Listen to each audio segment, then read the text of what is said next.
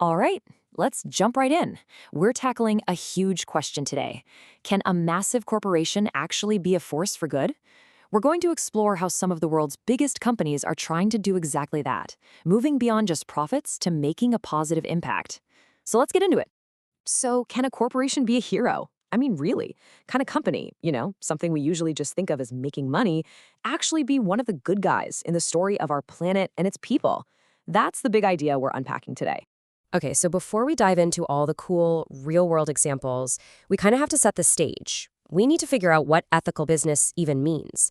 Let's get on the same page with a clear definition. And here's the deal. Being an ethical business isn't just about not doing bad stuff. It's about actively, doing good. It's when a company says, hey, we have a responsibility here, and then actually takes real steps to protect the environment and be totally honest with everyone. You can really boil it down to three main things. First, you gotta own your past, admit your mistakes and fix them. Second, you have to look ahead and be proactive about the planet. Think reducing waste, clean energy, that kind of thing. And third, and this one's a biggie, you have to be open and honest. In fact, that last part is so important, we should probably zoom in on it. Yeah, that third piece of the puzzle, transparency and honesty, it's absolutely crucial. Let's talk about that for a second. Because really, if people don't trust you, none of the other good stuff even matters. Honesty is the foundation for everything else. And this quote just nails it, right? It's not enough for a company to do good things behind the scenes. They have to talk about it, be open about what they're doing. That is how you build real, lasting trust with the public. That's how they earn our trust.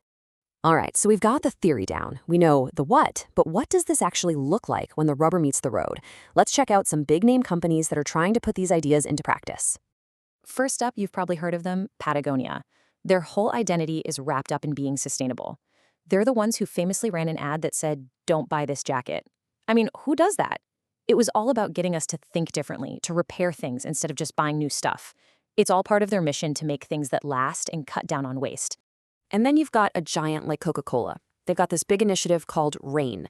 The idea is to tackle water scarcity, especially in Africa. They've said their goal is to help communities get access to clean water and, at the same time, put back the amount of water they use to make their drinks. Unilever is another one. They have what they call a sustainable living plan. It's this huge strategy where they're trying to cut their environmental footprint in half.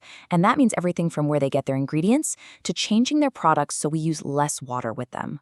And rounding out our examples is Nestle. They call their approach creating shared value. What that means, according to them, is they're trying to help out the communities where they operate. A big focus for them is on things like helping local farmers and making sure water is managed responsibly. Okay, let's just pull back for a second and look at this. You see the pattern, right? Each company is tackling the problem from an angle that makes sense for them. Patagonia is all about clothes, Coca-Cola and Nestle are focused on water, and Unilever is looking at their everyday products. It's not a one-size-fits-all solution. All right, so we've seen what the companies are doing. But let's be real, the most important part isn't the corporate program, it's the result. It's about how these actions actually affect people and the planet. Which leads us to the million-dollar question, right? After all the marketing and the big announcements, what do these programs actually achieve on the ground? What's the real impact? Well, when you really boil it all down, the answer is pretty straightforward and honestly pretty powerful. The main goal here is to make the world better, especially for kids and for nature itself. And you can see that in the results they're aiming for. We're talking about real communities getting clean, safe drinking water.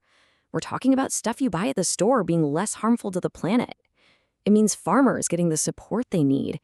And it means us having stuff that lasts longer, so we're not just creating mountains of trash. Okay, so we've looked at the what, the principles, and the how, the real-world examples. So let's bring it all together. What's the big takeaway from all this? The key message really is this. This isn't just some nice idea on paper. It's actually happening right now. Are things perfect? No way.